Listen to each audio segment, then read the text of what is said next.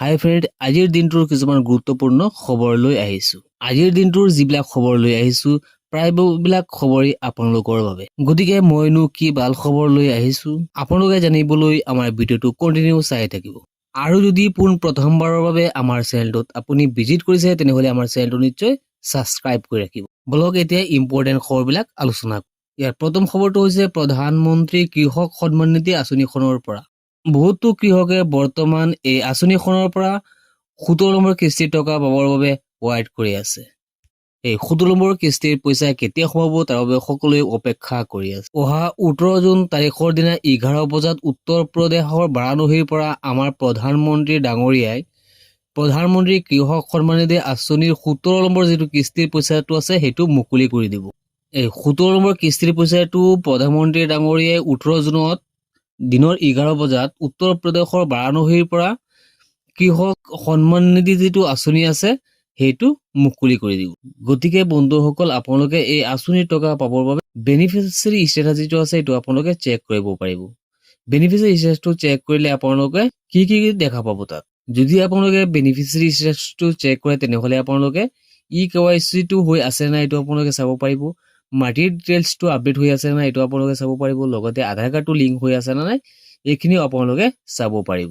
যদি আপোনালোকৰ KYC, মাটিৰ ডিটেইলছ আৰু আধাৰ কাৰ্ড এই তিনিটা আপোনালোকৰ কমপ্লিট হৈ থাকে তেনেহলে আপোনালোকৰ 18 জুনৰ টকাটো সোমাই যাব আপোনালোকৰ একাউণ্টত। এইটো 100% গ্যাৰান্টি, আপোনালোকে চিন্তা কৰিবলৈ একো প্ৰয়োজন নাই। কৃষকৰ যিটো ধন এই ধনটো অহা 18 জুনত বাৰাণসীৰ পৰা প্ৰধানমন্ত্ৰী ডাঙৰীয়াই মুকলি কৰি দিব এই ধনৰাশি। আৰু অসমত 17.5 লাখ কৃষকক এই টকাটো দিয়া হ'ব আৰু মুঠ লাভ কৰিব 350 কোটি টকা। 2 নম্বৰত আহিছে গুৰুত্বপূৰ্ণ খবৰটো নিযুত মইনা আঁচনিৰ পৰা। নিযুত মইনা আঁচনিৰ পৰা 15 জুনত কি হৈছে, কেবিনেট বৈঠকত আলোচনাত মুখ্যমন্ত্ৰীয়ে বৃহৎ ঘোষণা কৰিছে। কি কি ঘোষণা কৰিছে এতিয়া আমি আপোনালোকক দেখুৱাই দিম। এয়া আপোনালোকে চাব পাৰিছে কেবিনেট বৈঠক গুৰুত্বপূৰ্ণ সিদ্ধান্তসমূহ 12 জুনত এইটো আলোচনা হৈছে।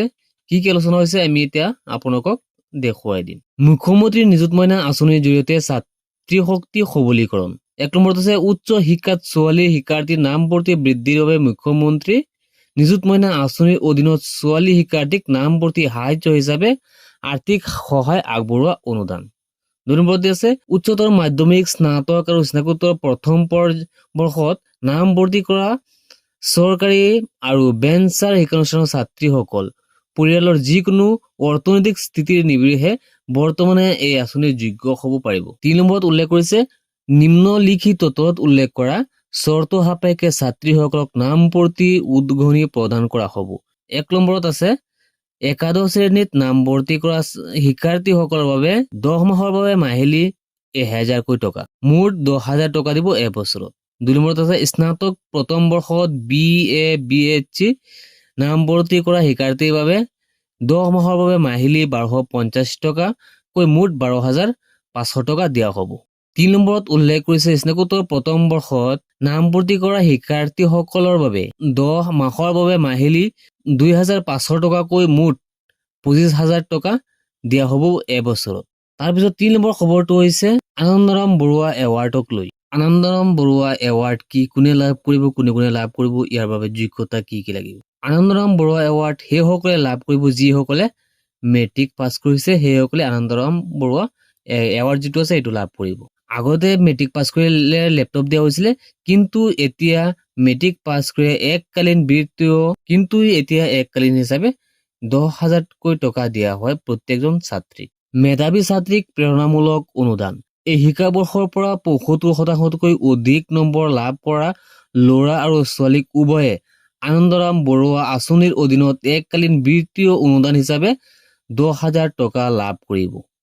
পৰৱৰ্তী শিক্ষাবৰ্ষৰ পৰা 75% লাভ কৰা ল'ৰা ছোৱালীৰ শিক্ষাৰ্থীক স্কুটি বিতৰণ কৰা হ'ব। এয়া আপোনালোকে গুৰুত্বপূৰ্ণ 3টা খবৰ শুনিব পাৰিলে। এতিয়া আমি 4 নম্বৰ খবৰটো আপোনালোকক জনাম।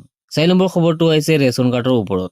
ৰেচন কাৰ্ডৰ ফালৰ পৰা ভাল খবৰ আহিছে। যদি আপোনাৰ ৰেচন কাৰ্ড নাই তেনেহলে জুলাই মাহৰ ভিতৰতে ৰেচন কাৰ্ড নতুনকৈ এপ্লাই কৰাৰ প্ৰক্ৰিয়া আৰম্ভ হোৱাৰ সম্ভাৱনা আছে। জুলাই মাহত প্ৰায় 15 লাখ ৰেচন কাৰ্ডৰ বাবে আবেদন কৰাৰ বাবে অনলাইন আৰু অফলাইন দুয়োটা পদ্ধতিত আৰম্ভ হ'বলৈ গৈ আছে। এই ৰেচন কাৰ্ডৰ বাবে আবেদন কৰিবলৈ আপোনাৰ কি কি ডকুমেণ্টছ লাগিব। আধাৰ কাৰ্ড লাগিব, বেংক একাউণ্ট আৰু 5 ফুট সাইজৰ একপি ফটো আপোনালোকৰ লাগিব। জুলাই মাহৰ পৰা ৰেচন কাৰ্ড আবেদন প্ৰক্ৰিয়া আৰম্ভ হোৱাৰ সম্ভাৱনা আছে খুব বেছি। গতিকে আপোনালোকে ডকুমেণ্টসমূহ জমা কৰি ৰাখক যাতে এপ্লাই অহাৰ লগে লগে আপোনালোকে এপ্লাই কৰি দিব পাৰে। আজিৰ ভিডিঅ'টো এইখিনি আছে, লগ হ'ব নেক্সট ভিডিঅ'।